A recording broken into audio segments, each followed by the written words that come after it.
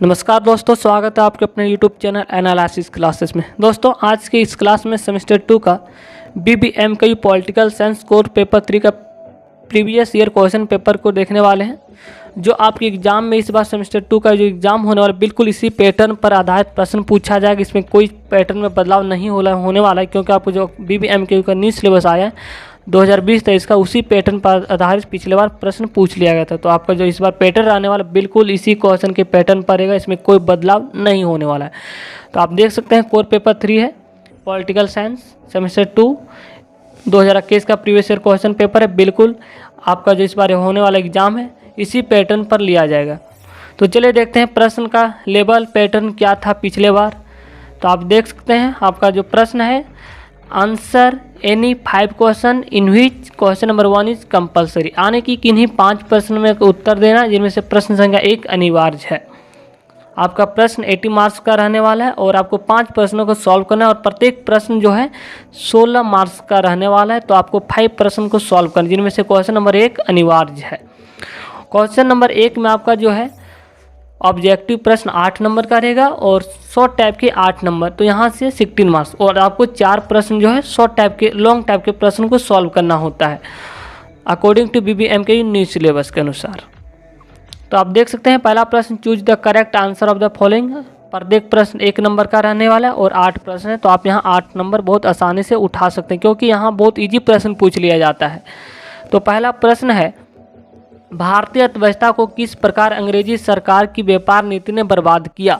तो आपका ऑप्शन है विदेशों सामान में कड़ी प्रतिस्पर्धा से, ऑप्शन नंबर बी आयात में अत्यधिक वृद्धि से, ऑप्शन नंबर 3 है कच्चे माल की कीमतों में वृद्धि से, ऑप्शन नंबर 4 है आपका increase in the production of cash. तो इसका जो राइट आंसर आपका हो जाएगा 3, कच्चे माल की कीमत में वृद्धि से क्या हुआ कि भारतीय अर्थव्यवस्था जो है अंग्रेजी सरकार की व्यापार नीति ने बर्बाद कर दिया।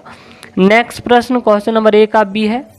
बी में आपसे पूछ लिया गया, who among the following is known as the father of Indian National Congress, यानी कि निम्नलिखित में से किन्हें भारतीय राष्ट्रीय कांग्रेस का जन्मदाता माना जाता है। या आपसे ये भी पूछा जा सकता था कि भारतीय राष्ट्रीय कांग्रेस का संस्थापक या स्थापना कौन थे। तो इसका जो राइट आंसर हो जाएगा ये वो ह्यूम।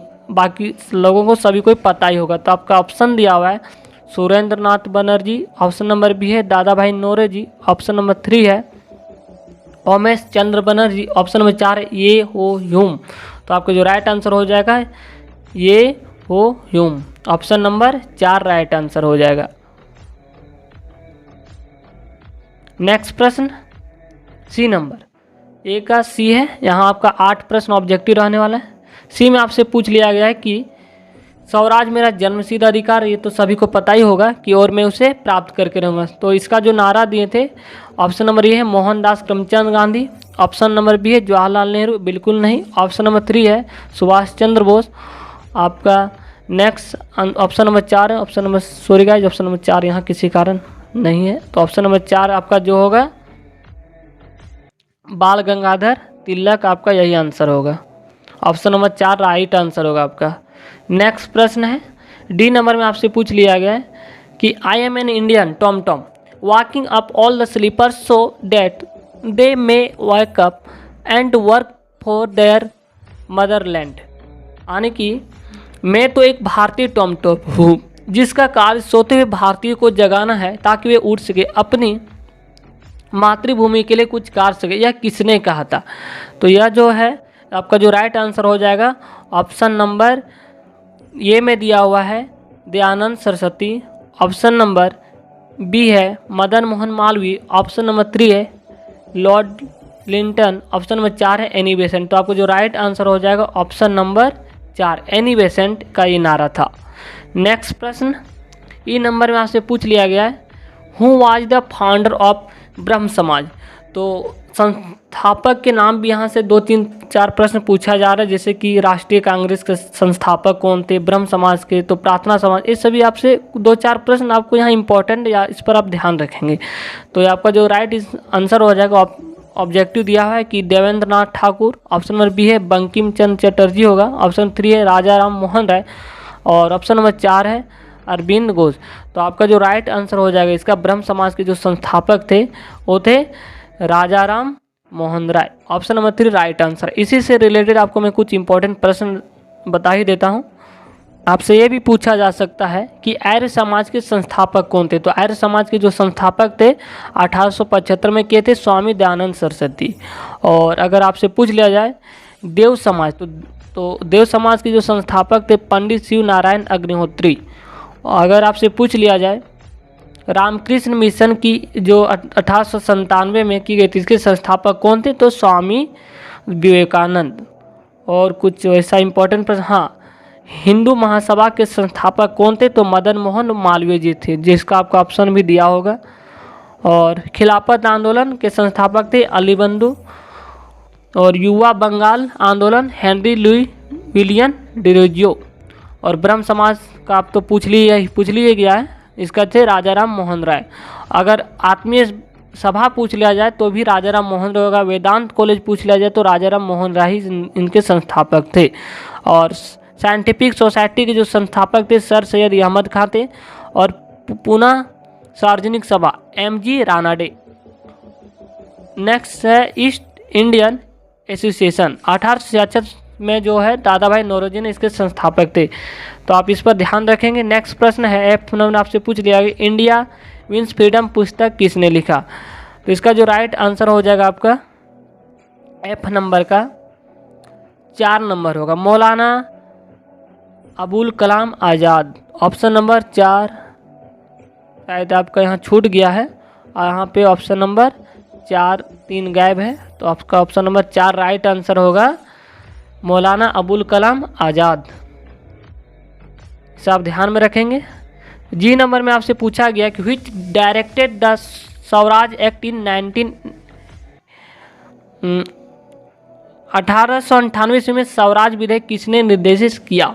ये आपका ऑब्जेक्टिव है। आपको ऑप्शन दिया Subhash Chandra Bose, option number B है जवाहरलाल नेहरू, ऑप्शन नंबर 3 है बाल Gangadhar Tilak, option number D है मोतीलाल नेहरू।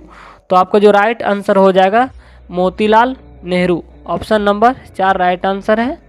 नेक्स्ट प्रश्न है गांधी जी द्वारा असहयोग आंदोलन का आरंभ कब किया गया। तो 1 अगस्त 1920 की, तो सभी को पता ही होगा।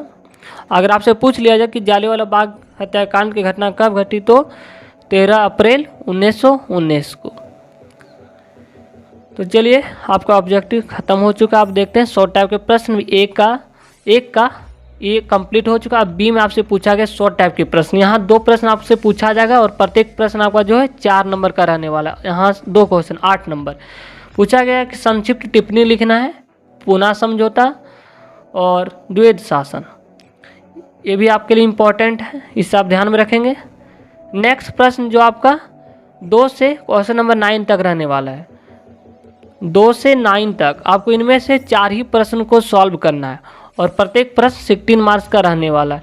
तो आपको जो इजी लगे उन्हीं प्रश्नों का सॉल्व करें। पिछले ईयर के अपेक्षा आप प्रश्न देख सकते हैं किस टाइम में प्रश्न पूछा गया। आप यहाँ से भी अंदाजा लगा सकते हैं आपका जो क्वेश्चन आने वाला है किस पैटर्न पर आने वाला है। Describe the nature and causes of the national awakening in India. Bharat में राष्ट्रीय जागृति की प्रकृति एवं कानों की विवेचना कीजिए। क्वेश्चन नंबर 2 में पूछा गया है। क्वेश्चन नंबर 3 में आपसे पूछा गया है भारतीय राष्ट्रीय कांग्रेस की स्थापना के कारणों का विश्लेषण करें। तो भारतीय राष्ट्रीय कांग्रेस की जो स्थापना किसने किए थे, H.A.O. ह्यूम, और 1885 में किए थे। आप भी इसे ध्यान में रखेंगे, यहाँ ऑब्जेक्टिव प्रश्न बनता है। तो क्वेश्चन नंबर 3 इस बार के लिए इम्पोर्टेंट है। नेक्स्ट प्रश्न क्वेश्चन नंबर 4, होम रूल आंदोलन पर एक आलोचनात्मक टिप्पणी लिखें। यह भी इम्पोर्टेंट प्रश्न है। नेक्स्ट प्रश्न है 5 नंबर आपसे पूछ लिया है कि डिस्कस द नेक्स्ट प्रश्न पूछा गया था क्वेश्चन नंबर 5 में भारत सरकार अधिनियम 1919 के मुख्य प्रावधानों का वर्णन करें। और क्वेश्चन नंबर 6 में पूछ लिया है कि भारत में उग्रवादी आंदोलन के सिद्धांत एवं साधनों की विवेचना करें। ऑप्शन नंबर 7 में पूछा गया आपसे right an essay on the growth of, मानी कि स्वतंत्रता संग्राम के दिनों में सांप्रदायिकता के विकास पर एक संक्षिप्त टिप्पणी लिखें। ये आपसे पूछा है क्वेश्चन नंबर 7 में। नेक्स्ट प्रश्न 8 में आपसे पूछा गया है उन परिस्थितियों का वर्णन करें जिनके कारण भारत में असहयोग आंदोलन का सूत्रपात हुआ। डिस्क्राइब द क्वेश्चन नंबर 9 में आपसे पूछा कि राइट शॉर्ट नोट्स। आपको 9 में आपको जो प्रश्न अंतिम प्रश्न जो आपसे पूछे जाने वाला है, इस बार भी 4 क्वेश्चन रहेगा और इनमें से आपको 2 ही लिखना। अगर आप क्वेश्चन नंबर 9 को सॉल्व करते हैं तो आपको यहाँ पे 2 प्रश्न को सॉल्व करना है, 4 क्वेश्चन रहने वाला है और प्रत्येक प्रश्न यहाँ 8 नंबर का है। तो अगर आप इनको सॉल्व करते हैं तो पहला बाल गंगाधर तिलक के बारे में हमको बताना है। दूसरा आपसे पूछा गया था भारत छोड़ो आंदोलन। तीसरा आपसे लखनऊ समझौता और भारतीय राष्ट्रीय कांग्रेस। अगर आप क्वेश्चन नंबर 9 को सॉल्व करते हैं तो आपको 4 में से 2 को ही लिखना है और आपको अंदाज़ा लग ही गया होगा कि आपको जो एग्ज़ाम सेमेस्टर 2 का होने वाला किस पैटर्न पर पूछा जाएगा। अगर आप हमारे चैनल पर नए हैं तो चैनल को सब्सक्राइब भी कर लीजिए, क्योंकि आपको जो आने वाला वीडियो होगा इसी पर एक इम्पोर्टेंट शॉर्ट टाइप के प्रश्न का आंसर लेकर आने वाले हैं जो आपके एग्ज़ाम की वजह से इम्पोर्टेंट है। तो अगर आप हमारे चैनल पर नए हैं तो चैनल को सब्सक्राइब कर लीजिएगा ताकि आपको समय पर आने वाले वीडियो का नोटिफिकेशन मिल सके। Thank you.